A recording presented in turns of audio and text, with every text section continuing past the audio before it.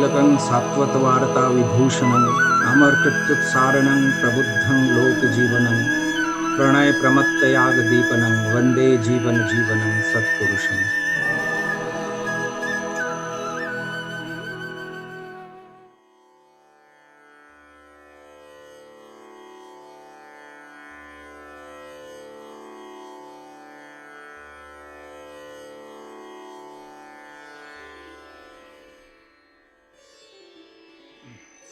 जय गुरु।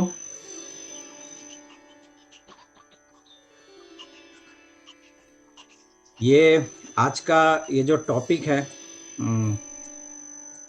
जैवी संस्थिति, और हिमांशु भाई अभी ये जो ज्ञानी वैनी की बात नहीं है, ये मैं कोई ज्ञानी नहीं हूँ, और प्रैक्टिकली अगर एक बात सिर्फ बोलूँ तो यहाँ पे उपस्थित इसलिए हूँ क्योंकि एक नया कुछ समझने का मौका मिलेगा। कोई भी, मैं ये समझता हूँ कि जब कहीं से कोई प्रश्न आता है ना, तो जितने लाभान्वित वो उत्तर पाने वाले होते हैं, उससे ज़्यादा लाभान्वित प्रश्न का समाधान करने वाले होते हैं। क्योंकि जब तक एक प्रश्न सामने नहीं आएगा तब तक शायद उसके संबंध में धारणा ही हो सकती है नहीं है, या हमने सोचने की कोशिश ही शायद नहीं की है। बट जब एक प्रश्न सामने समक्ष आके खड़ा होता है तो फिर हम कोशिश करते हैं टू सॉल्व दैट, या उसका उत्तर सदुत्तर पाने की कोशिश करते हैं। तो मैं ये नहीं कहता कि ये सब्जेक्ट मैंने बहुत पढ़ा है, जाना है, समझा है, I am well acquainted with, नहीं, एकदम ही नहीं। मैं एकदम, मैं तो इतना समझता हूँ कि एक बात है ना, एक छोटी सी घटना है। ठाकुर जी के पास एक माँ थी, ब्रजगोपाल दत्तराय, जो ठाकुर जी के जीवनीकार हैं, उनकी पत्नी प्रियलता दत्त माँ। तो ठाकुर जी उन्होंने पाबना में तपोवन स्कूल का में उन्होंने सिलेबस ऐसे करके तैयार करवाया था कि 3 इयर्स में वो मैट्रिक का परीक्षा पास कर लेंगे। जो ये 10 इयर्स है, ठाकुर कहते थे वेस्ट ऑफ टाइम, कि ऐसा करके सिलेबस को तैयार करो कि 3 साल में, ये जो 10 साल का कोर्स है, बस 3 साल में। और उस सिलेबस के अंतर्गत बहुत सारे लोगों ने मैट्रिक की परीक्षा दी, पास भी किया, उत्तीर्ण भी हुए। उसमें बच्चे लोग थे 13-14 साल, 15 साल के बच्चे, 20-25-30 साल के युवक, या वृद्ध 50 साल 60 साल के वृद्ध भी, वो लोग, उन लोगों ने भी उसमें एग्जाम दिया था। और उसमें घर की गृहिणियां, हाउसवाइफ्स, वो सब भी, ऐसे भी कुछ लोग थे जो कि ABCD से शुरू किया, अ क ख से शुरू किया, और वो 3 साल में मैट्रिक दिया, मैच्योर होके जो थे। तो ऐसा भी बहुत कुछ घटना थी। तो उन्हीं में वो थी प्रियलता माँ, जो ब्रजोदा की पत्नी। तो जब पढ़ाई लिखाई चल रही थी तो रेगुलरली क्लासेस होते थे, ट्यूशन्स होते थे, पंचानंदा और भी बहुत सारे थे जो कि ये सब तैयारी करवाते थे। अलग अलग बैचेज होता था दिन भर। गृहिणी का जिस समय फुर्सत का समय होता था, उस समय उन लोगों के लिए, तो ये सब चीज़ होती थी। तो एक बार यही प्रियलता दत्तमा ठाकुर को आके कह रही हैं कि ठाकुर, আমার মাথায় কিছু ঢুকছে না, আমি কিছুতেই এই অঙ্ক বা এইগুলো আমি পড়তে পারছি না। ये आके उन्होंने ठाकुर से कहा। तो ठाकुर मुस्कुराते हुए कहते हैं, তুই আমাকে পড়, তুই আমাকে পড়। तो उन्होंने जैसा लिखा था, तो वो बात के समय की तो घटना खैर बहुत है। उन्होंने एक बुक भी लिखा, किताब भी उनकी लिखी हुई है एक, उस माँ का, उन माँ का 60-70 ईयर्स में। तो बहुत सारी घटना है, वो उसकी चर्चा अभी नहीं करना चाहूँगा। तो ये जो আমাকেই পড়, और वो उनका स्टेटमेंट है कि सारा जीवन धरे আমি তাই চেষ্টা করছি, আমি তাকেই পড়ার চেষ্টা করছি। That's it. तो मुझे लगता है कि हम लोग सभी ज्ञानी गुणी विद्वान मूर्ख जो भी हैं, जितने जो भी विधा है, हम लोग जहाँ पे जिस स्थिति में हैं, जिस जगह पे हैं, जिस कर्म में हैं, जिस परिवार जिस वंश जैसे भी हैं, वहाँ से हम अपनी स्थिति में कायम रहते हुए, अपनी स्थिति में रहते हुए हम कोशिश कर रहे हैं उनको ही पढ़ने की, प्रिय परम को पढ़ने की। तो हम लोगों का जो ये आयोजन ये सब है, ये सब कुछ है उन्हीं का, तो उनको ही पढ़ने की थोड़ी बहुत कोशिश हम लोग करते हैं। तो आज का जो ये सब्जेक्ट जैवी संस्थिति, इट्स बायोलॉजिकल मेकअप, इसमें ठाकुर जी की ही एक वाणी से प्रारंभ करता हूँ कि ठाकुर जी की एक वाणी है कि लॉ बिगेट्स एग्जिस्टेंस। विधि जो है यही अस्तित्व का निर्माण करता है, उसका अस्तित्व को जन्म देता है। जो ये जो सृष्टि हुई, ये सृष्टि कैसे हुई? तो behind this creation there is law. तो ठाकुर कहते हैं law begets existence and existence gets nurture from its due action. यहां पे बहुत इंपॉर्टेंट है ये ड्यू एक्शन। और फिर कहते हैं and any deviation from it creates destruction. Law begets existence and existence gets nurture from its due action, and any deviation from it creates destruction. Hence, law is for existence and to beget it as well. तो ये जो विधि है, हम जो भी हैं इस सृष्टि में, जो कुछ भी है, behind that वही विधि है, जिसको हम बहुत सारी व्याख्याएं हैं कि धर्म जो धारण करके रखता है, और जो वस्तु जिस तरह से वो धृत है, जिस तरह से वो है, मेंटेन्ड है, तो वही विधि है। तो ये एक है। और ठाकुर जी की एक और बात स्मरण में आता है। ठाकुर कहते हैं one flaw creates channel for thousands of mistakes. एक गलती इस विधि में, इस निर्माण प्रक्रिया में, एक छोटी सी गलती हजारों गलतियों को जन्म देती है। तो अभी इतने सारे हम अभी मे बी पैंडेमिक सिचुएशन या इससे पहले भी युग युग में जो ये ग्लानि होती रही है, ये ग्लानि या मनुष्य मानव जाति जो अभी तो एक हैवॉक कंडीशन है, जो खतरे में है, अस्तित्व खतरे में है। और इसके अलावे भी जीवन में छोटे मोटे जो हम लोग अप्स एंड डाउन्स प्रॉब्लम्स में पड़ते हैं, तो उन सब का कारण यही है कि विधि उल्लंघनी कर्म, विधि उल्लंघनी हम लोगों की जीवनचर्या।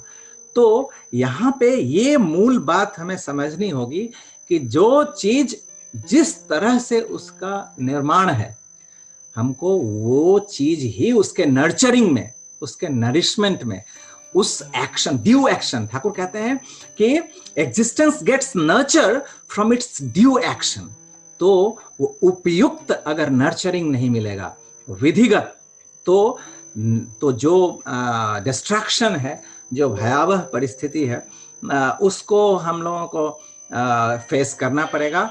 और ऐसा फेस करना पड़ेगा कि जिस समय देखा जाएगा कि अस्तित्व ही खतरे में आ जा रहा है। तो एक और वाणी ठाकुर जी की इस विषय पे, ठाकुर कहते हैं the cause and doing of a thing, the cause and doing of a thing is the law of that being. जो एक कोई भी चीज एज इट इज, वो उसका जैसा है, उसको वो जिस तरह से उसका जो कारण है और जिस तरह से वो उत्पन्न हुआ है, वो वही उसकी विधि है।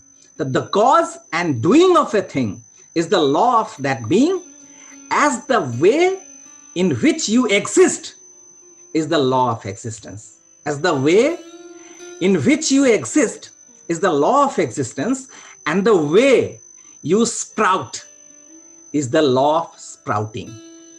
हम जिस तरह से हमारा स्प्राउटिंग हुआ है, हम जिस तरह से अंकुरित हुए हैं, तो वो जो विधि है वही है अंकुरण की विधि।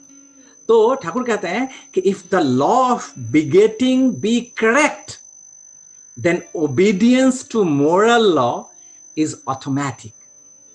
अगर ये जनन प्रक्रिया जो है मनुष्य का जो जन्म, इसलिए ठाकुर कहते हैं जो मनुष्य एक्चुअली बनता नहीं है, हम हजारों इंस्टीट्यूशंस, हजारों ये संशोधन गृह या कितने का भी निर्माण कर लें, तो सम एक्सटेंट हो सकता है कि वो थोड़ी बहुत थोड़ा बहुत उसका प्रभाव या इन्फ्लुएंस पड़ सकता है, बट जिसको कहते हैं कि जड़ से मुक्ति बहुत मुश्किल है। तो ठाकुर कहते हैं कि मनुष्य बनता नहीं है, मनुष्य जन्म लेता है। तो if the law of begetting be correct, Thakur कहते हैं, then obedience to moral law is automatic. जनन अगर ठीक है, जन्म अगर ठीक है, उसका विधि अनुसार अगर जन्म होता है, तो ये जो मोरल लॉ जो है, नैतिकता, जो हम कहते हैं कि आज नैतिकता समाप्त हो गया है, आज ये सब समाप्त हो गया है, तो ये जो है obedience to moral law is automatic. इसके लिए इतना कसरत हम नहीं करेंगे अगर विधि अनुसार अगर जन्म होता है। और ठाकुर कहते हैं and deficiency in law of begetting, and deficiency in law of begetting creates deficiency in moral conduct. So immorality and insanity are the result of inept illegal breeding. तो ये एक समस्त समस्याएं अभी जिसको हम सोच रहे हैं कि ये प्राकृतिक आपदा है, वो भी एक्चुअली क्रिएटेड बाय आवरसेल्व्स। हमने उस प्रकृति को ऐसा कर दिया है कि वो प्रकृति अपने को एडजस्ट करने में लगी हुई है, और उस एडजस्टमेंट में हम उठापटक हम हो रहे हैं, हम गिर रहे हैं, हमारा अस्तित्व खतरे में आ गया। तो इसका भी कारण है, यही एकमात्र कारण। इसलिए ठाकुर कहते हैं कि not birth but breeding sanctity. अब देखिए, सिर्फ जन्म नहीं, जन्म तो लेता ही है व्यक्ति, लेकिन ये जन्म लेना ही ये फैक्टर नहीं है कि मनुष्य है। वो मनुष्य कैसे होगा? तो ठाकुर कहते हैं, तो वो कहते हैं ना, जो प्रकृति से मनुष्य नहीं है, आकृति से मनुष्य है। तो फॉर्मेशन जो है, शेप जो है, वो ह्यूमन बीइंग का है, बट नेचर में वही पशुता है, वही तो आकृति है मनुष्य का, बट प्रकृति मनुष्य का नहीं हुआ है। क्यों नहीं हुआ है? तो वही ठाकुर कहते हैं कि not birth but breeding sanctity in similar compatible efficient charactered clans makes the country rich in propitious exuberance। फिर कहता हूं, ठाकुर कहते हैं कि not birth but breeding sanctity in similar compatible efficient charactered clans का मतलब ही है कि वर्ण। तो efficient charactered clans makes the country rich in propitious exuberance। तो यही एक विधि है जिसके कारण, जिस पथ पे अगर मनुष्य जाति अगर इसको ठीक नहीं करता है, बहुत सारी है, कुत्ता बिल्ली, कितने सब कुछ का ब्रीडिंग प्रोसेस हम लोग नियंत्रण कर रहे हैं, बट मनुष्य का वहां पे फिर वही कॉम्प्लेक्सेस, काम, कामना, वृत्ति, प्रवृत्ति वो आ जाती है, व्हिम्सिकल हमारा नेचर, हम चलते हैं। तो यहाँ तक कि साइकोलॉजिस्ट जो सब है, मनोवैज्ञानिक जो सब है, वो लोग भी कहते हैं कि बच्चों को, शिशु का पहले शिशुओं को जन्म देना पड़ेगा, देन फिर शिक्षित। एडुकेशन जो है वो बाद की बात है। एट फर्स्ट ब्रीडिंग, सबसे पहले मनुष्य को जन्म देना पड़ेगा, और इसी जन्म देने के लिए विवाह, जब तक मैरिज सिस्टम को अगर हम एडजस्ट नहीं करते हैं, ठीक नहीं करते हैं, अगर विवाह अगर ठीक नहीं होता है, ये फैक्ट्री, एक्चुअली विवाह जो है ये एक मैकेनिज्म है, ये एक फैक्ट्री है जहां से मनुष्य जन्म लेता है। तो उसका सिस्टम अगर ठीक नहीं होगा, हम शिक्षा देंगे किसको, शिक्षित हम करेंगे किसको? तो ये एक बात है। ठाकुर कहते हैं कि सबसे पहले, जो कि आज अभी के साइकेट्रिस्ट या जो मनोवैज्ञानिक लोग जो हैं ह्यूमन जो मनुष्य जीवन पर जो लोग वर्क करते हैं, उन लोगों का भी यही कहना है कि मनुष्य को सबसे पहले जन्म देना पड़ेगा और फिर देन उसको एडुकेट करना पड़ेगा। तो जितने सारे संहिता, विधान, वात्सायन और ये सब कुछ है, कामसूत्र और ये सब जो हमारे संस्कृति में जो इन सब का ये सब जो विधि विधान है, ये सब कुछ इसी सुप्रजनन के विज्ञान पर प्रतिष्ठित है। इसी सुप्रजनन के लिए हम लोग उसको ठीक ठीक देखते नहीं है, हम उसके गहराई में जाने की कोशिश नहीं करते हैं और इसीलिए ऊपर ऊपर हम देख के समझ के एक व्हिम्सिकल कोई भी स्टेटमेंट दे देते हैं। तो ये बहुत जरूरी है कि सबसे पहले आज जो दीनता है या जो दैन्य भाव है जो ये संपूर्ण संसार में, तो उसका भी कारण है कि ये जन्म विकृत हो गया है। और जन्म में मनुष्य की सृष्टि ही होती है पिता और माँ के गर्भ में और पिता के बीज से, माँ के गर्भ में।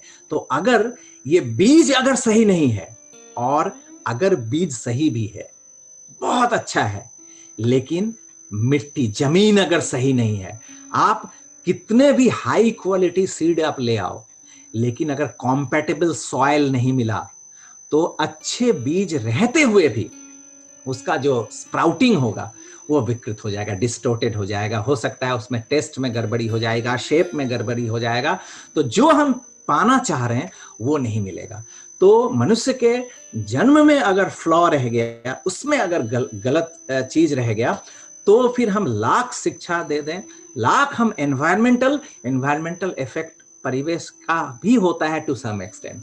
बट आप एप्पल का एक बीज आप आके आप किसी भी इधर ट्रॉपिकल जो ये है क्लाइमेट, या इधर जो हमारे जो गर्म प्रदेश हैं साउथ में, आप जाके उसका बीजारोपण कीजिए, होगा जरूर, स्प्राउट भी करेगा, बट हो सकता है वो खट्टा हो जाएगा, उसका रूप विकृत हो जाएगा, कलर ठीक ठीक नहीं आएगा।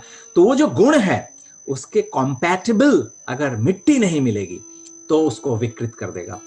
यही है जैविक संस्थिति, जो एज इट इज, जिसका जो नेचर है, जिसकी जो प्रकृति है, उसको अगर नहीं मिलता है पोषण, यही बीज, एप्पल का बीज आप नॉर्थ एक्सट्रीम जहां पे ठंड का मौसम है वहां पर जाकर आप लगाओ, तो वो कॉम्पैटिबिलिटी जब मिलेगी उसका ब्लॉसमिंग जो है वो सही सही होगा। फिर वहीं पे आप कोई मैंगो सीड आप ले जाके उस जगह पे लगाओ, तो फिर वहां पे विकृत हो जाएगा, फिर उसको कॉम्पैटिबिलिटी यहाँ पे मिलेगी वो सॉइल, तो वो अच्छी तरह से स्प्राउटिंग करेगा। मनुष्य भी जो है यही है, संसार में हम लोग कहते हैं स्वर्ग नरक, जो कुछ भी हम कहते हैं इस संसार जीवन में, ये सब कुछ निर्भर करता है इसी ये जो वाइफ हस्बैंड, ये जो मेल एंड फीमेल का जो ये संबंध है, इसमें अगर परस्पर, ये भी एक बात है कि अगर उस कॉम्पैटिबिलिटी नहीं है तो फिर वो संसार वो भी नरक के रूप में हमारे सामने समक्ष उपस्थित हो जाएगा। और इसी कारण एनवायरमेंटल इफेक्ट जो है हमारे जीवन पर वो टू सम एक्सटेंट थोड़ा बहुत होता है, इसीलिए कि उस बीज को सपोर्टिव मिले। लेकिन मूल बात है मिट्टी, अगर मिट्टी ठीक ठीक नहीं है तो हवा पानी आप कितना भी अच्छा दे लो, वो ठीक ठीक उसका स्प्राउटिंग जो है वो अंकुरन ठीक से नहीं होगा। और यही डिपेंड करता है कि जैविक संस्थिति डिपेंड ही करता है कि उस मिट्टी पे, और वो अगर कॉम्पैटिबल होगा तो फिर बीज को जो पोषण चाहिए, जो पहले ही मैंने जो कहा था कि ड्यू एक्शन और ड्यू नर्चर, तो उस मिट्टी को जो पोषण चाहिए, अगर कॉम्पैटिबिलिटी है अगर उस मिट्टी के साथ, तो फिर वो अपने लायक जो पोषण है वो वहां से एक्सट्रैक्ट कर लेगा। और इसी कारण से देखा जाता है कि मेजर फैक्टर बहुत सारे आप देखेंगे कि अभी के समय में लोग पेट लेने जाते हैं, कुत्ते का क्रय करते हैं, तो आप देखेंगे सबसे कॉस्टलीएस्ट डॉग कौन सा होता है, जिसका ब्रीडिंग पेडिग्री रिकॉर्ड जिसका सबसे ज्यादा है। ये जो पेडिग्री रिकॉर्ड है मतलब क्या, उसका फादर, उसका फादर, उसका फादर, उसका जो जन्म वृत्तांत है, ये पेडिग्री जो रिकॉर्ड है, ये जिस पेट का जितना ज्यादा है और अच्छा है, वो उसका दाम उतना ज्यादा है। तो अगर हम नहीं करेंगे, इस तरह से अगर मनुष्य के भी जन्म को नियंत्रण नहीं करेंगे अगर ठीक ठीक, तो इट्स लाइक स्ट्रीट डॉग, जैसे वो रास्ते के कुत्ते की तरह मनुष्य का भी जीवन ऐसा हो जाएगा।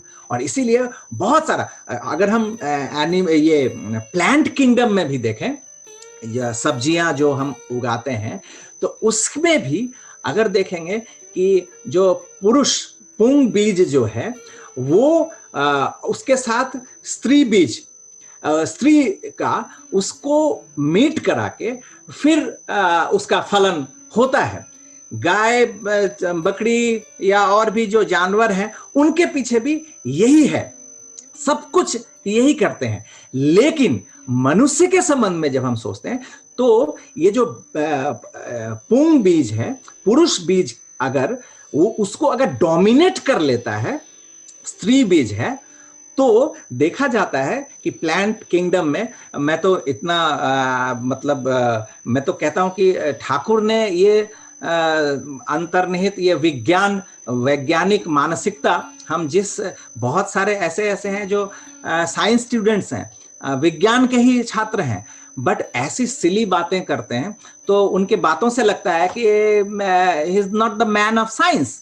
लेकिन ठाकुर ने आज घर घर में वैज्ञानिक पैदा कर दिया कि हम लोग कुछ भी देखते हैं उसमें वैज्ञानिक दृष्टिकोण ये शशि ठाकुर का दिया हुआ है। तो मैं ये नहीं दावे के साथ मैं उतना टेक्निकलिटीज, तो यहाँ बहुत सारे ऐसे बैठे हैं जो लोग मेरे से बहुत ज्यादा अधिक ज्ञानी गुणी है इस मामले में, टेक्निकली बहुत कुछ कह सकते हैं, बट जो भी थोड़ा बहुत मैं समझ सका हूं या जान पाया हूं, तो अगर पुरुष बीज को अगर स्त्री जो है, स्त्री उसमें इवन प्लांट किंगडम में अगर वो डोमिनेट कर लेती है, तो फिर देखा जाएगा कि हो सकता है कि ड्वार्फ, वो उसका साइज जो है वो छोटा हो जा सकता है, क्वालिटी भी डिस्टोर्ट हो सकता है। और ये चीज एनिमल किंगडम में भी वही है। सिर्फ मनुष्यता की जब बात आती है, मनुष्य की जो बात आती है, तो फिर हम लोग वही प्रवृत्ति वहां पर आ जाता है। तो गाय बकरी घोड़ा कुत्ता, ये सब धान सब्जी, इन सब का हम जब कल्टीवेट करते हैं, उसमें हम जितना अच्छी तरह से ध्यान देते हैं उस पेडिग्री पे या उस तरह पे, उस ब्रीडिंग पे, मनुष्य के समय में ये जो यूजेनिक एडजस्टमेंट, ये जो सुप्रजनन की व्यवस्थिति जो है, इसको जो करना चाहिए, ये इस पे हम लोग ध्यान नहीं देते हैं। और इसी कारण से तो देखा जाता है कि आज के समय में प्रतिलोम जो है, दैट मीन्स कि हायर सॉइल और लोअर सीड, ये कॉम्बिनेशन जो है, यही कॉम्बिनेशन सबसे बड़ा कारण है। जो पुरुष का मतलब ही है कि रिजी, दैट मीन्स कि पॉजिटिव, और स्त्री का मतलब है नेगेटिव, यानी कि रिची। तो अगर वीक पॉजिटिव, जो पॉजिटिव है वो अगर वीक है, दुर्बल रिजी है, और स्ट्रॉन्ग रिची, दैट मीन्स कि स्ट्रॉन्ग नेगेटिव, अगर स्ट्रॉन्ग है और पॉजिटिव अगर वीक है, तो ये जो कॉम्बिनेशन है, तो इस कॉम्बिनेशन से क्या होता है कि नेगेटिव जो है वो पॉजिटिव की तरह काम करता है। जिस काम को रिजी को करना चाहिए वो रिची करता है, क्योंकि वो डोमिनेंट हो जाता है। और यही प्रतिलोम संमिश्रण में क्या होता है कि सुपीरियर ये जो है, तो लड़की स्त्री जो है वो सुपीरियर होने के कारण क्या होता है कि अपने उस एस्टैब्लिश जो कल्चरल हेरिडिटी है, उसका जो चार्ज होता है वो पॉजिटिव की तरह काम करता है उस रिजी पे, उस पॉजिटिव पे। है वो नेगेटिव, बट वो काम कर रहा है पॉजिटिव की तरह। और ये सुपर चार्ज होने के कारण क्या होता है कि स्पर्मेटिक जो प्रॉपर्टी है उसको जला देता है, बर्न कर देता है। क्योंकि वो नेगेटिव स्ट्रॉन्ग है, तो वो जो सॉइल स्ट्रॉन्ग होने से क्या होता है कि बीज को वो जला देता है, उसके प्रॉपर्टी को, उसके गुण को उसको नष्ट कर देता है। और यही कारण है कि प्रतिलोम इस तरह से हमारे शास्त्रों में, और ये ऋषि लोगों का जो विधान था, ऋषि लोग टाइप ऑफ साइंटिस्ट, और वे ही एक्चुअली साइंटिस्ट थे, क्योंकि उनका जो ट्रुथ था, उनका जो सत्य था, everything was based on realise truth, ये अनुभूत जो उन्होंने रियलाइज किया था अपने समस्त सत्ता के द्वारा, उनका दर्शन था, वो देखते थे। It's not like lab. हमारे सामने अगर इक्विपमेंट ना रहे, अभी के विज्ञान को अगर लेबोरेटरी ना मिले तो फीलिंग लाइक लेम, तो वो लंगड़े हो जाएंगे, उनको पता ही नहीं चलेगा। बट उस समय के ऋषि लोग जो थे, उनका जो अपने जो ये पंचेंद्रिय है, इस पंचेंद्रियों के द्वारा वो अनुभूत करते थे, उनका जो गवेषणा था, उनका जो रिसर्च था। तो ये उन सब के जो विधि विधान में जो जिस तरह से कहा गया है, तो अगर ये प्रतिलोम अगर संगठन होता है किसी कारण से, तो व्यक्तित्व जो है ये एक उसमें कन्फ्लिक्ट पैदा होता है, और ये कन्फ्लिक्ट के कारण कि डबल पर्सनैलिटी, जो इंटीग्रेटेड पर्सनालिटी जिसको कहते हैं, अखंड व्यक्तित्व ये नहीं होता है, और खंडित व्यक्तित्व, ऐसे कितने हजार लाखों करोड़ों ये डिसइंटीग्रेटेड पर्सनालिटी लेके इस संसार में घूम रहे हैं। उन्हीं वही सोसाइटी बनाते हैं, वही नेशन बनाते हैं, वही परिवार बनाते हैं। तो ऐसा अगर मैरिज सिस्टम में अगर इस तरह से होगा, आप देखिए अगर प्रकृति में अगर हम देखेंगे तो पंछियां, आप दाना डाल दीजिए तो आप देखेंगे कि दाना सब चुगते हैं। दाना हर तरह की पंछियां वहां पे, हो सकता है कि कौवा आएगा, मैना आएगा, कोयल आएगा, हर तरह के पंछियां आके वो चुगने लगेंगी। वो सब एक साथ बैठ के सब चुग रही हैं। लेकिन जब देखा जाएगा कि जैसे ही उड़ती हैं, जब उड़ के आकाश में जब जाएंगी, तो आप देखेंगे कभी भी आप ऐसा नहीं देखेंगे कि कोयल के साथ मैना उड़ रहा है या कबूतर के साथ कौवा उड़ रहा है। जब वह उड़ते हैं फिर वो अपने झुंड में ब्रीड करते हैं, अपने झुंड में, वो कभी भी दूसरे किसी में ये नहीं करते हैं। तो ये एक चीज है। तो ये जो एनिमल किंगडम में भी अगर हम देखेंगे, ये जो प्रकृति का जो विधान है वो उसी तरह से है। एकमात्र मनुष्य, चूंकि फ्री विल मिला है ना, तो फ्री विल के कारण मनुष्य प्रकृति का भी उल्लंघन करना शुरू कर देता है, और यही चीज कल्चर को सबसे पहले हैम्पर करता है, जो संस्कृति को हमारे। तो ठाकुर जी की एक वाणी स्मरण आता है। ठाकुर कहते हैं कि bad seed in good soil sprouts with vigorous badness. जो अगर खराब अगर बीज है और मिट्टी अगर बहुत अच्छा है, तो sprouts vigorous badness. Bad seed in good soil मतलब निम्न, अगर बीज निम्न है और उच्च कोटि का अगर सॉइल है, तो उच्च कोटि का मतलब विगोरस जो खराब है उसको उत्पन्न कर देता है। तो bad seed in good soil sprouts with vigorous badness diminishing the attributes with pungency. तो जो गुणावली है, जो उस बीज का जो अपना जो गुण है, उसको भी नष्ट कर देता है। फिर और ठाकुर कहते हैं, and good seed in bad soil, which is not compatible with the nurturing element of the seed, loses its inherent specification with its physical attributes too. तो दोनों है, अगर सीड अच्छा है और उसके compatibility नहीं मिला, तो भी उसका जो अंतर्निहित गुण है, उसका स्पेसिफिकेशन है, उसको खोना पड़ेगा उसको। और तो ठाकुर कहते हैं, so always keep seed and soil with compatible keep, by which growth is enhanced with good glare. Thakur कहते हैं, incompatible anomalous traditional tune of dominant sperm and dormant ovum is the origin of unbalanced, unintelligible, inconsistent go of life. Thakur कहते हैं, maladjusted incompatible gene combination in wedding, विवाह में अगर ये मैल adjusted incompatible है gene combination, begets infectious scoundrels who vitiate the environment, family and society, and lead the clan, country and nation to ruin. इसीलिए देखा गया कि विवाह हमारी संस्कृति में, हमारे समाज में विवाह कोई एक स्त्री पुरुष का सिर्फ मिलन नहीं है। विवाह क्या है? ठाकुर कहते हैं कि विवाह का उद्देश्य है जेनेटिक एनरिचमेंट, ये जो जनन है इसकी समृद्धि। और इसीलिए ठाकुर कहते हैं कि विवाह का दो उद्देश्य, सुप्रजनन और उन्नयन, जो एलिवेटेड होना है ना कि डिग्रेडेड होना है। तो विवाह का मूल उद्देश्य है दिस जेनेटिक एनरिचमेंट, और यही फर्स्ट एंड फॉरमोस्ट होना चाहिए। फिर बाद में आता है कल्चरल एनरिचमेंट। सबसे पहले जरूरी है ये जेनेटिक एनरिचमेंट, और उसके द्वारा फिर कल्चरल एनरिचमेंट होगा। अगर पुरुष नारी का जेनेटिक कॉम्पैटिबिलिटी अगर रहता है तो, एवं फिजिकल एवं साइकिकल और फिजिकल कॉम्पैटिबिलिटी, दोनों तीन चीज जरूरी है। पहला है जेनेटिक कॉम्पैटिबिलिटी, देन साइकिकल, मन। बहुत सारा ऐसा क्षेत्र में देखा गया है कि एक लड़की स्त्री हो सकता है कि वंशगत रूप से उनके घर में शिक्षा दीक्षा ज्ञान गवेषणा ये सब कुछ काफी कल्चर हुआ है।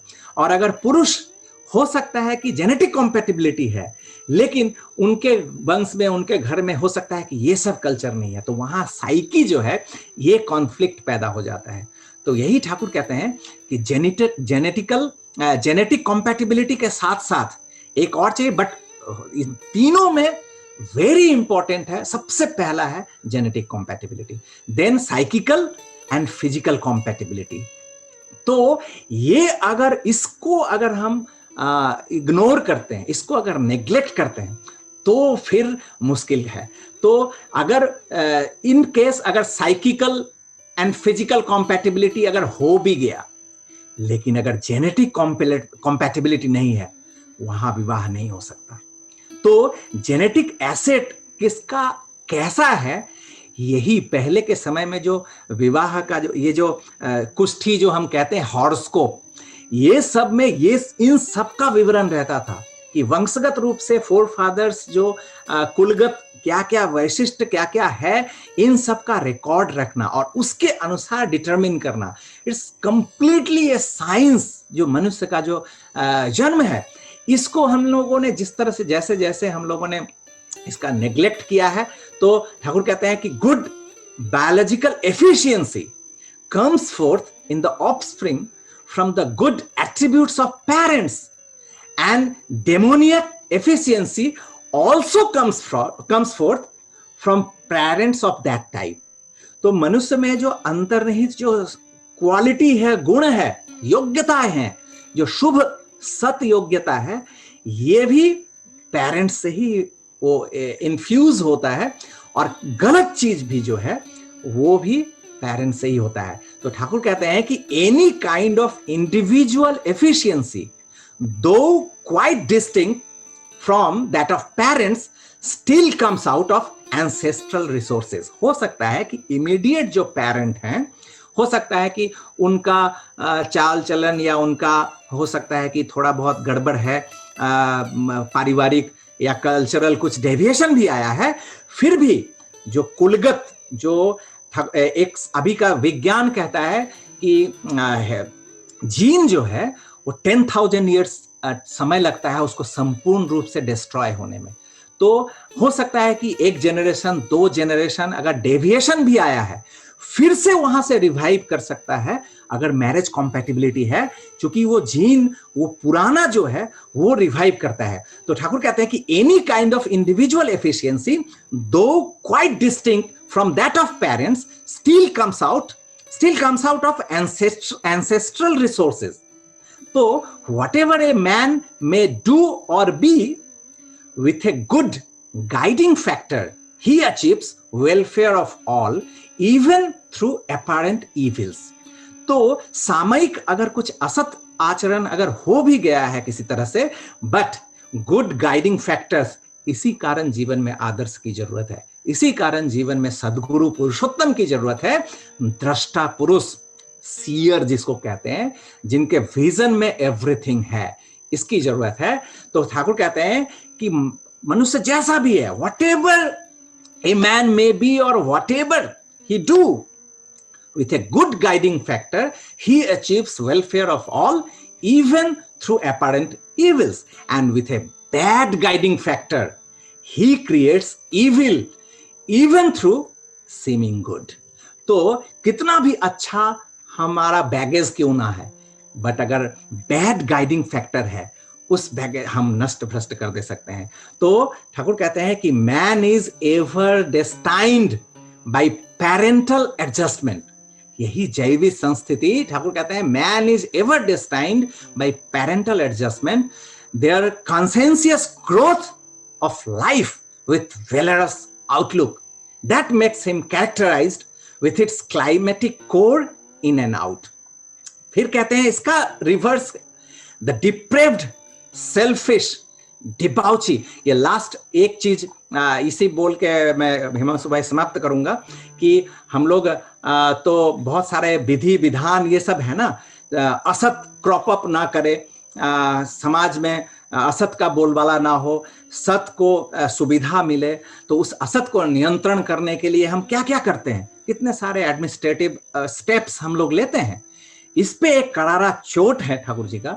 ठाकुर क्या कहते हैं, the deprived selfish debauchee kills a man for his passionate crave. अपने वृत्ति प्रवृत्ति के द्वारा उद्वेलित होकर मनुष्य बहुत सारे क्राइम करता है, जो समाज में हम देखते हैं। एक मनुष्य की हत्या भी करता है, मार देता है। बट ठाकुर कहते हैं, but there are others who misguiding and blinding people kill the traditional trait of culture and murder the clan, the society and nation by an inferior poisonous interpolation of blood and heredity, deviating beings from their existential becoming.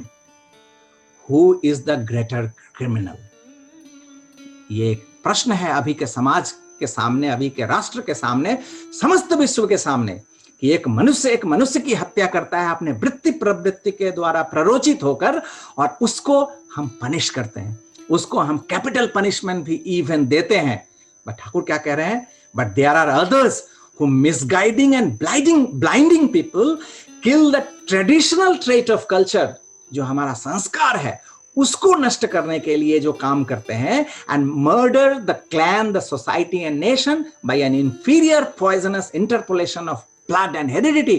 ये रक्त प्रदूषण जो है, ये वंशानुक्रमिकता जहां पे नष्ट होती है, तो deviating beings from their existential becoming। तो ठाकुर पूछते हैं, who is the greater criminal? एक व्यक्ति अगर अपने वृत्ति प्रवृत्ति द्वारा अगर ये होकर गाइडेड होकर किसी एक की हत्या करता है, वहां एक व्यक्ति मरता है, एक या ज्यादा से ज्यादा दो व्यक्ति जो मारता है वो भी मरता है।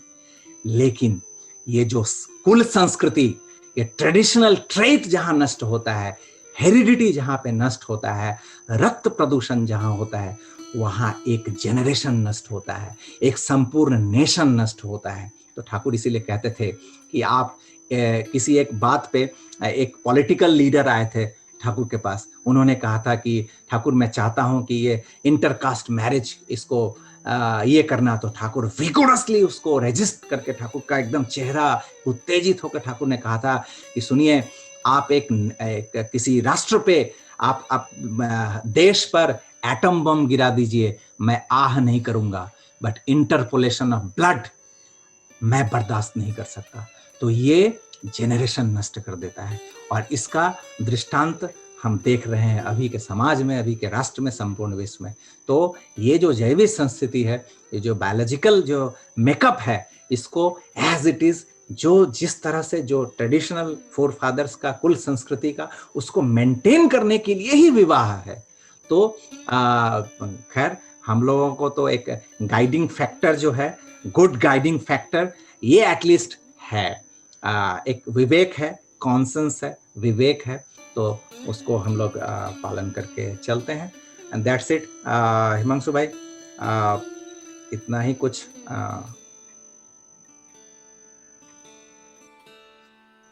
जय गुरु प्रीतम दा, जय गुरु। आपने इतनी अच्छी तरह सब समझाया। लगता है हमको क्वेश्चन आंसर 4-5 है हमारे पास, और 5-7 मिनट टाइम है। अगर आप बोलेंगे तो हम, अब मेरे पास 4-5 क्वेश्चन आए हैं, लेकिन पहला जरूर क्वेश्चन जो था, जरूर कर सकते हैं। और मैं फिर से एक क्षमा प्रार्थी हूं कि I am not expert at all. लेकिन मैं प्रश्न इसलिए सुनना चाहता हूं, जानना चाहता हूं, क्योंकि ये प्रश्न मुझे समृद्ध करेगा। मैं भी उस एस्पेक्ट से शायद मैंने नहीं सोचा है। अगर प्रश्न आएगा तो मैं कोशिश करूंगा उस एस्पेक्ट में सोचने की। हाँ, बोलिए। लगता है हमको और 5-10 मिनट सेशन का एक्सटेंड करना पड़े, लेकिन जो बात चल रही है इसे तो हम सोचते हैं कि सब प्रश्न का समाधान में सब बहुत अच्छा होगा। जैसे एक प्रश्न था कि how important biologically makeup for this society, ये तो आपने आंसर कर दिया है। देन एक क्वेश्चन और था कि what is the need of this biological makeup in human being, ये भी आपने आंसर कर लिया है। एक इंटरेस्टिंग क्वेश्चन है, how can a human get to know that biologically makeup work inside him. हमको कैसे पता चलेगा कि आप जो बोले हैं कि जैविक संस्थिति काम कर रहा है, ये एंडोडल फैक्टर काम कर रहा है। आप 2 मिनट में अगर इसको बोला सकते हैं तो। सिंपल बात है, सिंपल बात है। जैविक संस्थिति अगर एक क्रिमिनल है, अगर एक इविल पर्सन है, उसके अंदर भी जैविक संस्थिति काम कर रहा है, क्योंकि इट्स धृति, इट्स अपहोल्डिंग अर्ज।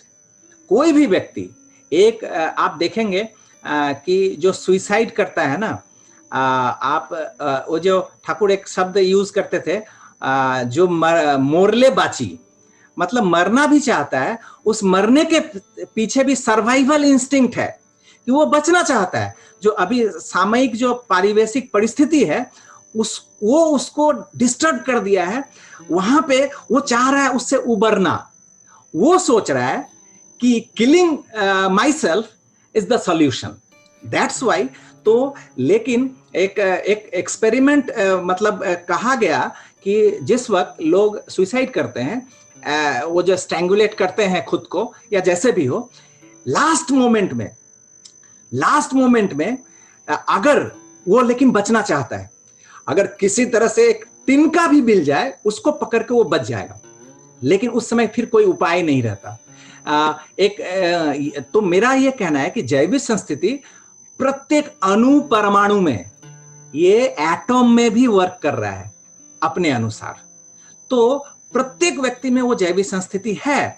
इसीलिए मैंने कहा, ठाकुर की जो वाणी, ठाकुर की जो बात था कि कैसा भी है, अगर हमारा जो जैविक संस्थिति है, जो ट्रेडिशनल ट्रेट है, क्योंकि आज हम लोग कह सकते हैं, बहुत सारे अभी के जनरेशन में एक बातें आती हैं, इट्स माई लाइफ, ये मेरा जीवन है, मैं अपनी तरह जीऊंगा। ये एक फार्स स्टेटमेंट है। वर्थलेस इस स्टेटमेंट का कोई मतलब ही नहीं है कि मेरी लाइफ कहां पे है। मेरी लाइफ के पीछे हजारों हजार साल पहले जो मेरे, इट्स अ रिले रेस। जो एक एग्जाम्पल मैं बहुत सारे जगह पे देता हूं कि रिले रेस जो होता है, इट्स 4x400 रिले रेस में आप इसको पकड़िए, तो 4 लोग दौड़ते हैं, एक टीम में 4 लोग होते हैं। तो वो एक लैप कंप्लीट करते हैं, हाथ में एक होता है, इसको कहते हैं बैटन, और वो बैटन पकड़ के रखते हैं। वो एक उस कंप्लीट किया लैप को, नेक्स्ट वहां पे एक व्यक्ति खड़ा होता है, रेसर, उसको फिर दिया, फिर वो दौड़ता है। ऐसे करते करते last one is, it's called anchor. जो लास्ट लैप में वो बैटन को लेके जो विजयी होता है जिस टीम का, तो वो विजयी होता है। तो ये जो 4x4 रिले रेस है, अगर सपोज पहला जो दौड़ रहा था वो, उसने अपना लैप कंप्लीट किया, दूसरा ने कंप्लीट किया, तीसरा ने कंप्लीट किया, चौथा जो है एंकर, वो दौड़ते दौड़ते बीच रास्ते में अगर उस बैटन को गिरा दिया, ही इज डिस्क्वालिफाइड, उसको उस रेस से बाहर हो जाना पड़ेगा। तो एंकर ने अगर बैटन गिरा दिया, तो पिछले जो तीनों जो दौड़ रहे थे, उनकी मनस्थिति क्या होगी? वो लोग चिल्लाएंगे, हाहाकार करेंगे, रोएंगे कि हमारी इतनी सारी जो मेहनत थी तुमने नष्ट कर दिया। तो we all are anchors, baton in our hand. तो हम लोग, हमारी जो पूर्व मेरा लाइफ नहीं है। अगर माँ पिता ने अगर वो स्थान नहीं दिया होता, कहाँ का मैं, जन्म ही नहीं आता। वो आइडिया हो के भटकता रहता, मैं भी भूत प्रेत जो भी कहते हैं, और ये भटकता रहता कहाँ कहाँ, किस किस लेयर पे, किस किस स्फेयर पे। भाग्य था कि मेरे उस आइडिया के साथ, मेरी उस भाव के साथ इन माता पिता का, मेरे माता पिता का भाव at that point of time match कर गया, मुझे लैंड करने का स्थान मिला। तो मेरा लाइफ कहां से है, मेरे माता पिता ने दिया। और फिर उनके माता पिता भी, जो ऐसे कुल संस्कृति जो चलती आ रही है हजारों हजार लाखों साल से, जो हम चलते आ रहे हैं, उसी का प्रोडक्ट हम हैं। तो अगर हम अपने उस ट्रेडिशन को, उस ट्रेडिशनल ट्रेल जो है, उसको अगर मेंटेन नहीं करते हैं, डीरेल्ड होते हैं, तो हमारे भी पूर्व पुरुष हाहाकार करेंगे, वो भी चिल्लाएंगे उसी रेसर की तरह जिसका कि एंकर बैटन को गिरा देता है। तो वी ऑल आर, हम सभी वही एंकर हैं। हमारा काम है कि हम इस बैटन को, नेक्स्ट जनरेशन को आगे बढ़ा दें विथ ड्यू कंपैटिबिलिटी। और जैविक संस्कृति का जिसका जो है वर्क कर ही रहा है। और इसी कारण तो पहले के समय में, अभी भी हमारी संस्कृति में, भारतीय एरियन कल्चर में अभी भी आप देखेंगे, आप जाइए, गया जाइए, वहां पे कोई कंप्यूटर नहीं है, कोई टेक्नोलॉजीज नहीं है, लेकिन आप जाएंगे, आपके पूरे खानदान का इतिहास वो लाल बंडल में बंधा हुआ रहता है, वो निकाल के दे देगा, आप किस गांव के थे, कहाँ के थे, क्या थे, क्या। तो ये सब जो रिकॉर्ड्स था, ये क्यों था, इसी कारण से था। तो हमारे भारतीय संस्कृति में अभी भी वेल मेंटेन्ड है ये। तो वो चीज अगर हम लोग मेंटेन करके रखते हैं, तो क्यों नहीं, जो जहां पे है, जिस जगह पे है, एटलीस्ट अपैरेंटली जो दिख रहा है उसको मेंटेन करेंगे। और गुड गाइडिंग फैक्टर, वही ठाकुर ने तो पहले ही कह दिया है कि हो सकता है बहुत सारे केसेस में पता नहीं चलता है कि हमारी जैविक संस्कृति क्या है तो जरूर है। एक पक्षी का भी, एक कुत्ता का भी, बिल्ली का भी, इवन एक पौधे का, उसका भी जैविक संस्कृति है उसके अनुसार। तो हम मनुष्य का तो छोड़ ही दीजिए, पूरे सृष्टि में सबसे दुर्लभ कहा जाता है मनुष्य जीवन। और इस मनुष्य हर योनि को प्राप्त पार करके अंत में आकर ये मनुष्य जीवन मिलता है, क्योंकि ये सबसे हाईली डेवलप्ड, एलिवेटेड ये जन्म है, ये ब्रीड है। तो वहां पे सबका है। कहीं पे अगर नहीं भी है मेंटेन्ड, अगर किसी कारण से मेंटेन नहीं हुआ, जितना भी पता है, तो इसलिए ठाकुर ने वो जो वाणी मैंने कहा कि good biological efficiency comes fourth in the offspring from the good attributes of parents, and demoniac efficiency also comes forth from parents of that type. तो ठाकुर कहते हैं कि any kind of individual efficiency, though quite distinct from that of parents, still comes out of ancestral resources. तो वो चीज अगर हम मिल जाता है, तो ठाकुर और कहते हैं आगे, whatever you may be, whatever a man may be, or whatever you do, with a good guiding factor, आदर्श को अगर हम अपनाते हैं और उनके अनुसार अगर उसको मेंटेन करके चलते हैं, तो ही achieves welfare of all, even through apparent evils. अगर कुछ असत का संचालन हो भी गया है, तो भी इस मुहूर्त से अगर हम उसको मेंटेन करते हैं, तो हमें भी 2-3 जनरेशन, 4 जनरेशन के बाद फिर से वो अपने स्थिति में आ जाएगा। क्योंकि जीन जो है वो नष्ट होने में थाउजेंड्स ऑफ ईयर्स लगता है, इतना आसानी से नष्ट नहीं होता। वो सुप्त रूप से भी वो रह ही जाता है हर में। This is called biological makeup. तो ये है, हर व्यक्ति में ही है। पता नहीं मैं सही लाइन पे बोल पाया या नहीं, हिमांशु भाई। आपने पूरा ठीक बोले हैं दादा।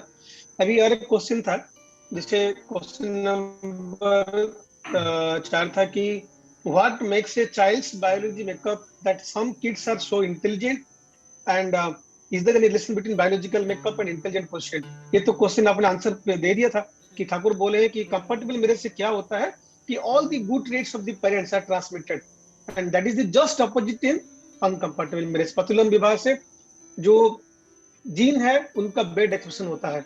ये तो आंसर आपने दे दिया है। तो वही उसका, वही इसका अच्छा आता है उसका उसका हम उल्टा से देखें, ठाकुर जी का जो वाणी मैंने बोला था कि incompatible anomalous traditional tune of dominant sperm and dormant ovum is the origin of unbalanced, unintelligible, inconsistent go of life. तो नेचुरली अगर ये compatible होता है, ये अच्छा होता है, तो इंटेलिजेंट अच्छा ये होगा। दूसरा और एक क्वेश्चन था, एक गोपेंद्र भाई ने पूछा था, उनका सब्जेक्ट में is animal behaviour affects the biological makeup of an organism by genetic mutation.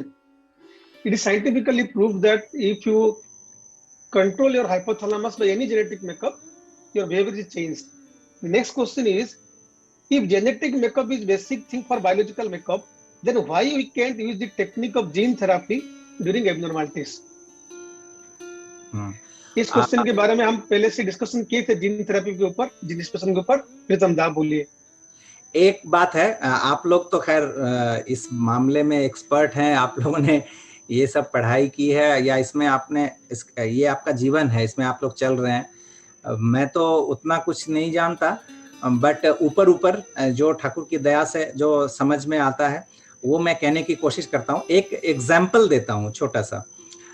जैसे लामा लोग होते हैं ना, लामा जो तिबेटियन लामाज, तो मैं कहीं पे पढ़ा था बहुत पहले, अच्छी तरह से याद नहीं, बट वहाँ पे एक वो लोग ऑपरेट करते हैं, शल्य चिकित्सा करते हैं, यहाँ पिट्यूटरी ग्लैंड और ये पिनियल ग्लैंड, यहाँ पे डिटेल्स उतना मैं नहीं जा रहा, बट वहाँ पे एक ऑपरेट करते हैं बहुत इनिशियल स्टेज पे।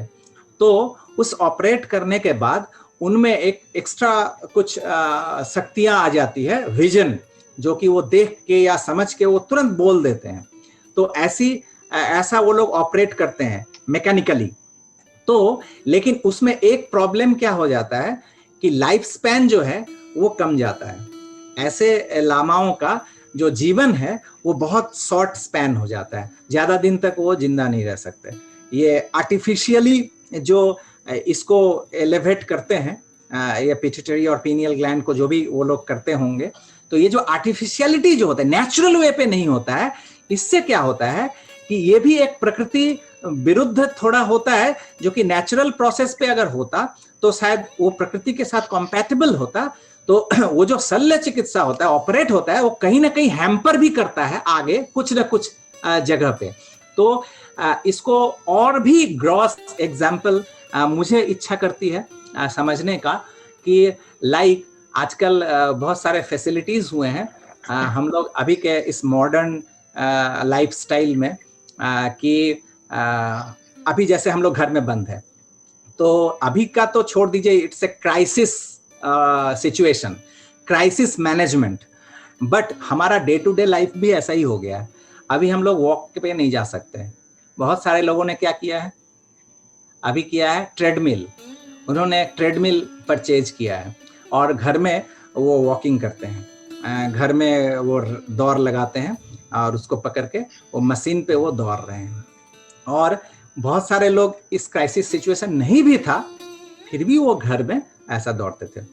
अगर दोनों में कंपैरिजन, मैं विज्ञान की बात नहीं जानता, आप इसको तुलना कर ले सकते हैं कि एक परिवेश में, प्रकृति में जब हम वॉकिंग करते हैं या रनिंग करते हैं, वहां पे क्या होता है कि मेरा साइकोफिजिकल सिस्टम जो है, मेरा अंग प्रत्यंग, मेरे शरीर का हर सेल्स वो एक्टिव होता है, मेरा ब्रेन सेल्स, मेरा हर कुछ, क्योंकि परिवेश में जब हूं, उस परिवेश में जब मेरा संपूर्ण सिस्टम दौड़ रहा है, संपूर्ण सिस्टम एक्सरसाइज कर रहा है, और उसके साथ साथ ये खुली हवा, एनवायरनमेंट जो है वो हमको सपोर्ट कर रहा है और ज्यादा उसको नेचुरल रहने में। तो नेचुरल जो है उसकी लॉन्जेविटी ज्यादा है, अननेचुरल की लॉन्जेविटी कम है।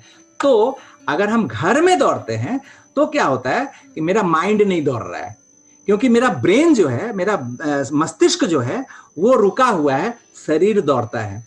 तो स्थिति क्या हो जाती है कि आप एक रनिंग ट्रेन से जब आप उतरते हो, ट्रेन चल रही है, आप उतरते हो और आप जैसे ही उतरते हो आप गिर जाते हो। क्यों ना, आपका शरीर दौड़ रहा था, आपने शरीर को तुरंत रोक दिया, गिर गए। तो इसीलिए कहते हैं कि जब ट्रेन से उतरते हैं, रनिंग ट्रेन से, तो दौड़ना पड़ता है सामने की ओर, तो वो मेंटेन रहता है। तो जब आप ट्रेडमिल पे दौड़ते हो तो आपका शरीर दौड़ रहा है, मन नहीं दौड़ रहा है, आपका मस्तिष्क जो है वो रुका हुआ है। ये जो कन्फ्लिक्ट है ये एडवर्स इफेक्ट देता है, ये रिवर्स इफेक्ट देता है शरीर पे।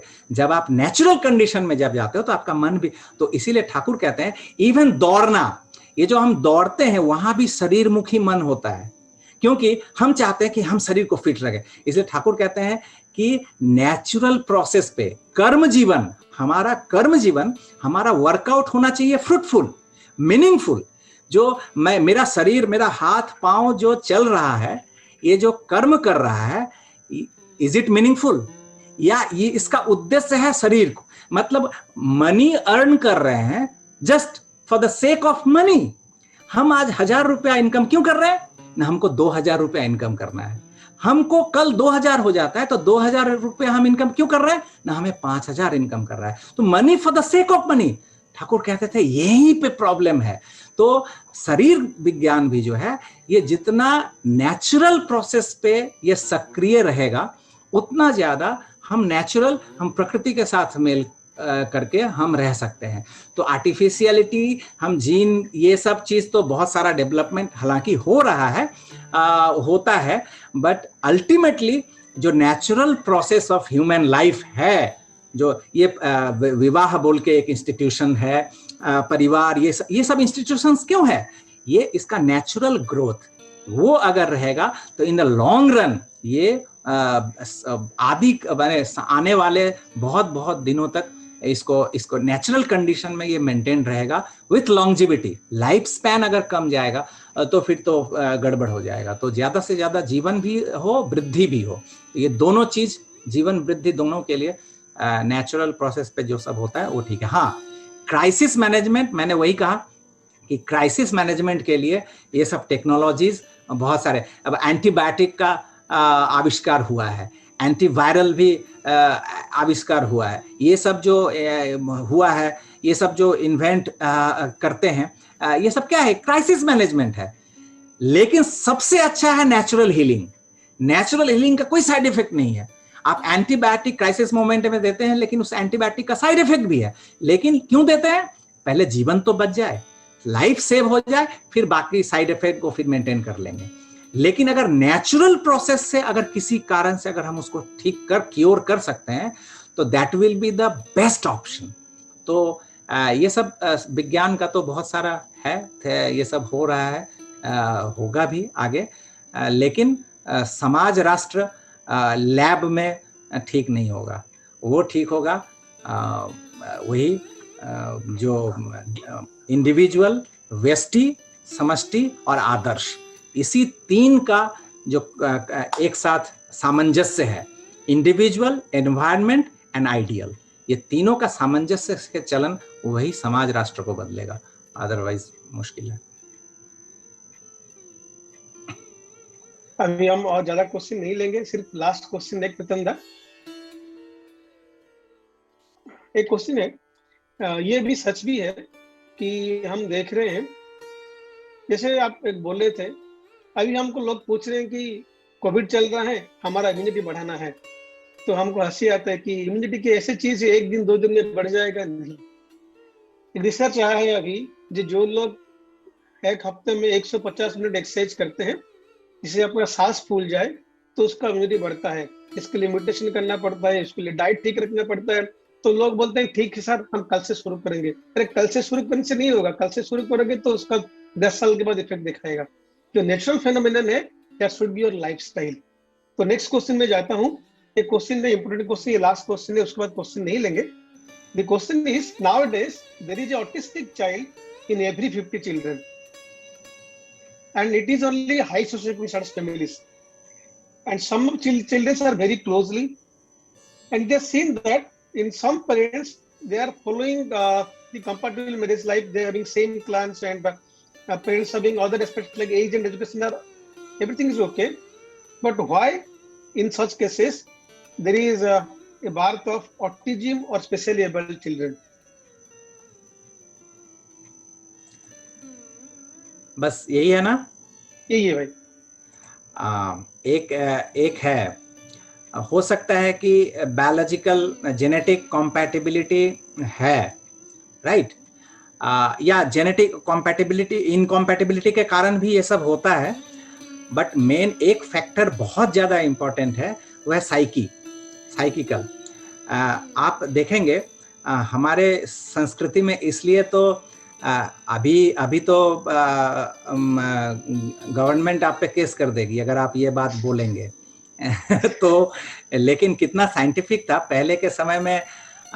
जो child marriage in the sense कि 12-13 साल में जो कच्ची उम्र में, तो उसका जो इम्प्रेशन था, अभी विज्ञान कह रहा है, विज्ञान, मैं उस डिटेल्स में नहीं जाऊंगा, एक रिसर्च हाल फिलहाल आया है बहुत रिसेंटली, बट ये जो इम्प्रेशन होता है, छाप, तो इसमें अगर कन्फ्लिक्ट पैदा होता है तो वहां पे ये सब प्रॉब्लम आ सकता है। उस समय ये साइकिकल डिसऑर्डर भी हो सकता है, बायोलॉजिकल डिसऑर्डर भी हो सकता है, कन्फ्लिक्ट ऑफ पर्सनैलिटी, व्यक्तित्व कि पहले के समय में क्या होता था कि 12 साल 13 साल की उम्र में एक बच्ची का विवाह हो गया, वर आया, विवाह किया, वर वापस चला गया, विदाई नहीं हुई, लेकिन हस्बैंड चूजन हो गया, सेलेक्ट हो गया, उस बच्ची को पता है उस इमैच्योर्ड उम्र में कि ये मेरे हस्बैंड है। 18-20 साल 22 साल का जो भी नौजवान, फिर आफ्टर 5-6 ईयर्स और 3 ईयर्स 4 ईयर्स जब थोड़ा सा मैच्योरिटी आया, फिर आया द्विरागमन, दिस इज कॉल्ड द्विरागमन, द्वितीय बार आगमन, फिर उस बच्ची को ले गया, देन कंजुगल लाइफ शुरू हुआ।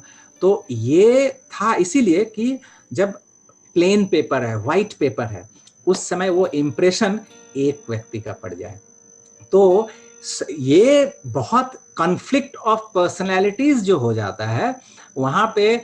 अगर ये तो अब इसको देखने वाला तो कोई दूरबीन नहीं है, कोई मिरर नहीं है, किसका मन में कहाँ कौन सा इंप्रेशन पड़ गया है।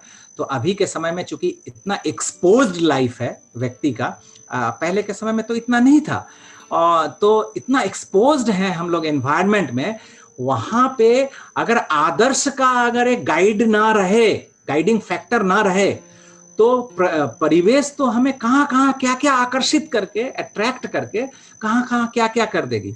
तो ये स्त्री का जो ये कन्फ्लिक्ट माइंड जो होता है, ये द्वंद्वी वृत्ति जिसको कहते हैं, ये माइंड, और उसके द्वारा जब वो बीज को ग्रहण करती है तो वो सिंगल माइंडेडली वो नहीं हो पाती है, और जिसके कारण कि ये कन्फ्लिक्ट्स पैदा होते हैं, जो कि जेनेटिकली भी उसका बायोलॉजिकली भी असर डालता है और साइकी के रूप में भी उसका असर होता है बच्चों पे।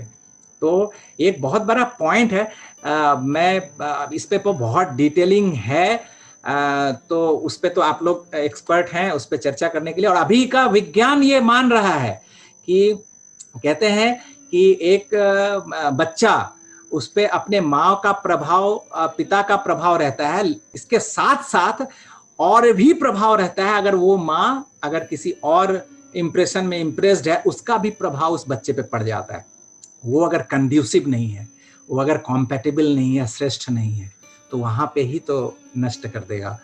तो ये एक बहुत सारा कारण है जो कि लोग सोचते नहीं है, सोचते हैं कि सिर्फ तो जेनेटिक होने के बावजूद भी कॉम्पैटिबिलिटी होने के बाद साइकी प्रॉब्लम, अगर साइकिक अगर कॉम्पैटिबिलिटी नहीं है, वहां पे अगर एक मुखीनता नहीं है, सिंगल माइंड, और ये जीवन के हर एस्पेक्ट में है, विवाह क्या, गुरु के साथ भी, this is called spiritual hygiene, this is called spiritual hygiene. ये स्पिरिचुअल हाइजीन सिर्फ मात्र गुरु के साथ, इष्ट के साथ नहीं, एक स्त्री का स्वामी के साथ भी this is called spiritual hygiene, जो सतीत्व कहते हैं। तो ये मेंटेन्ड अगर रहता है तो वहां पे होना बहुत मुश्किल है गड़बड़, लेकिन स्टिल बहुत कुछ इनविजिबल होता है, हमें शायद अपैरेंटली दिखता नहीं है, लेकिन बैक ऑफ द केस ये सब बहुत सारे फैक्टर्स हैं, एक कोई फैक्टर नहीं है, बहुत सारे फैक्टर्स हैं, कोई एक एग्रेवेट कर देता है, but many factors, there are many factors. तो ये लगता है मुझे। जय गुरु प्रीतम दा।